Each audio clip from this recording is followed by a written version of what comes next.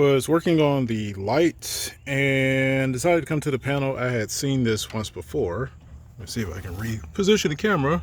So you see here, you got aluminum connected to copper, which is a no-no. So I'm going to install one of these guys onto here. Basically, you put one wire in each hole, and then on top here, you tighten it down, and that'll hold the wire instead of using a wire nut, because you cannot connect aluminum directly to copper.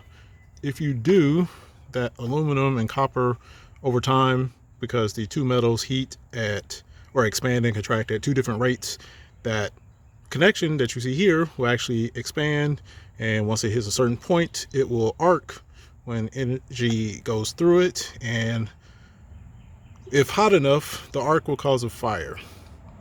So yeah, safety first. So you already got the breaker turned off.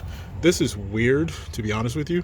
I think originally this wire went somewhere over here, and when they put the pool in for this house, they did some rewiring and probably did this illegalness. So here I am fixing somebody's bad mistakes. And the connection has been fixed. So literally you run the two wires into the holes. You don't use the third one unless you do have a third wire. Put the two wires in the hole, and then you close the cap, and this cap has a locking mechanism on it. So if you need to open it, you have to squeeze these two tabs here to get it to open. Please excuse my ashy hands. These are working hands, so that's why they're dirty looking, ashy looking. But yeah, so that's how this works. And that's it. And this is a Alumicon connector. There's various types.